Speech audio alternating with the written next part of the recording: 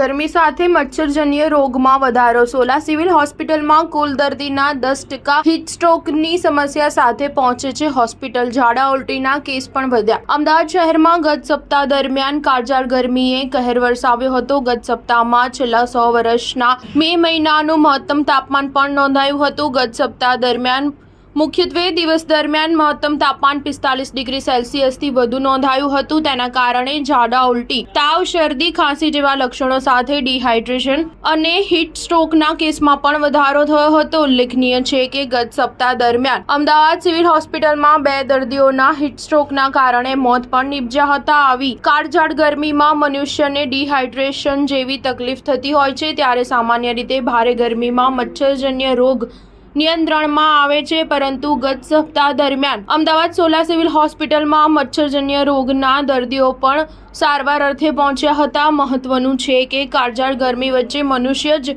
મોતને ભેટે છે, તેવા સમયગાળા દરમિયાન પણ મચ્છરજન્ય રોગે માથું ઉંચક્યું છે.